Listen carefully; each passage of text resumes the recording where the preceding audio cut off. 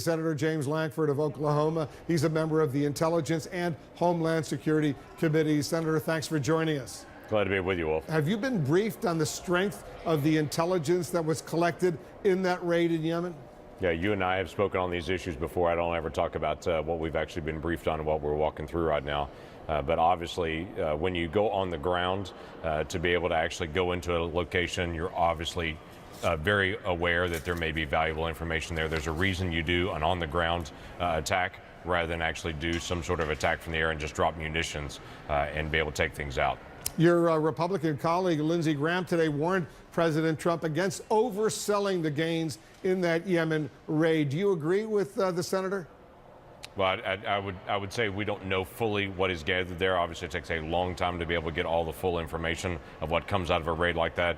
When you gather information, there's translation. They work through the process, so they have different tiers of what they're trying to get immediately based on immediate attacks, and then they begin to work their way through the process, and it takes a very long time. And as you go, you hit troves of information and veins of good information that take you different directions.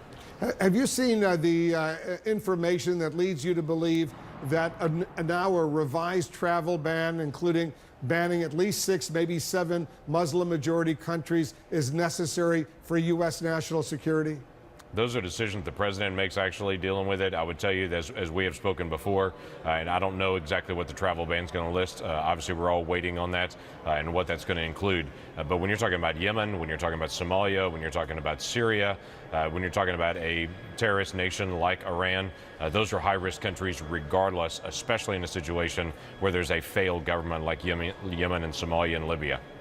What about Iraq? Would you include Iraq in that list? I would not, for me personally, because we have a longstanding relationship with Iraq and with the new Iraqi government. It's more reliable of the documents that we're receiving there because of our intensive relationship. But when you're dealing with Yemen, Al-Qaeda has been very active in trying to move attacks from Yemen into the Western countries, including trying to target the United States. That's long been aspirational for them, and that's very well known. And that is a completely failed state with no functioning government currently. But we're told that Iraq was originally included in the first executive order because so much of Iraq, including the second largest city, Mosul, at least a huge chunk of Mosul, is still under the control of ISIS, and people fleeing Mosul, for example, they may wind up in Syria, they may wind up in Turkey, but there really can't be much serious vetting of these individuals. Well, that depends on how much you trust the documents. If you can have reliable documents coming back forth and we have a trace on those individuals, that's true. But we're not talking about opening up all individuals being able to move. This is not like they're moving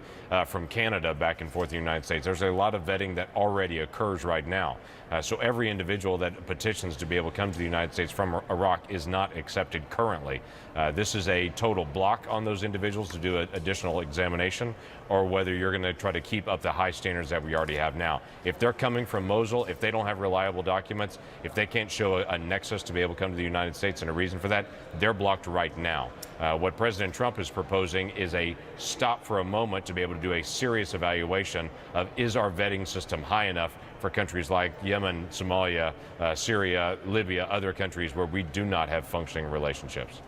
Let me move on to another key issue. A senior administration official tells me that President Trump now believes, as President Obama believed at the end of his administration, that North Korea represents the greatest immediate threat to U.S. national security. Do you agree?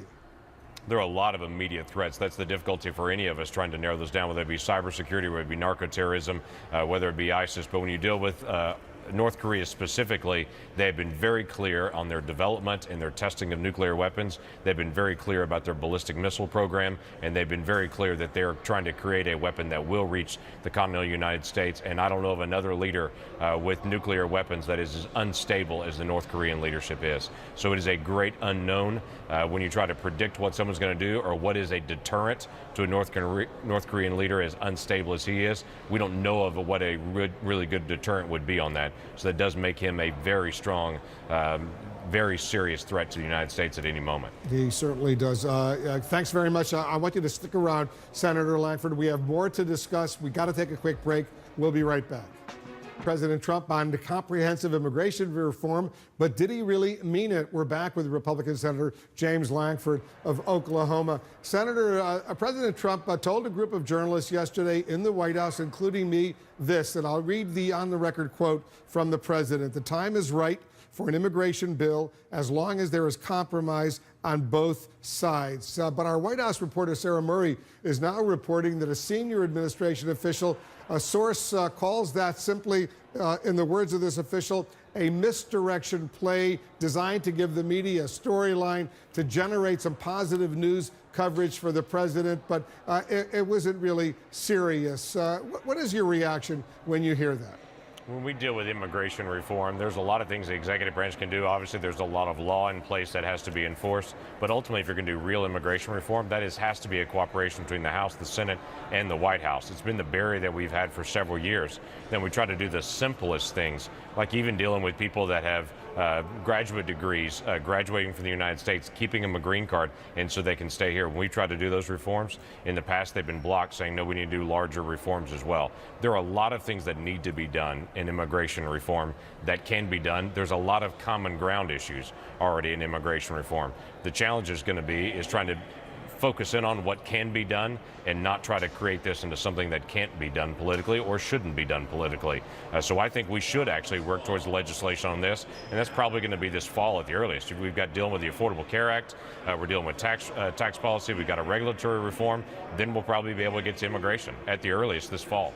Would you support comprehensive immigration reform if it included a pathway to legal status, not necessarily citizenship, but to legal status for millions of undocumented immigrants, allowing them to work, pay taxes, raise families without fear of being deported? Yeah, I would have to see the exact text and how that works and for who that's extended to and how that's extended. I would never support something that leads to citizenship.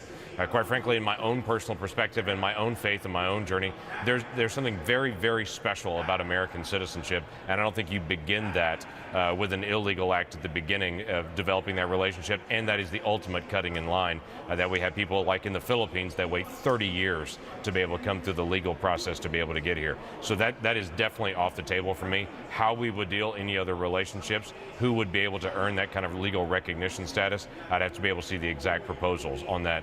But we absolutely have to be able to do something in a lot of areas of our legal system. Even the 50,000 people a year that get citizenship based on the visa lottery system is nonsensical. Just by this open lottery system, rather than what the president talked about last night, a merit-based system, very similar to what the UK does, or what Canada does, or what Australia does, where their target is, do we need those jobs? How does that work? What's the best entrance? Are you coming to be able to do research and development? Those things are other countries do. We have not in the past. That's a wise thing for any nation to be able to focus in on immigration. What about the so-called dreamers, the children who were born here as little kids, raised in the United States by their parents? Would you allow a pathway to citizenship for these so-called dreamers? Yeah, that again, there's a lot of complications on how we would do that. I have to look at it as a package. I would not exclude them as individuals. Some would say, no way, I would never do that. I would not exclude them in that conversation, because there are some of those individuals that clearly should be able to work through our system and to be able to come on as Americans because they've grown up and been here their whole lives.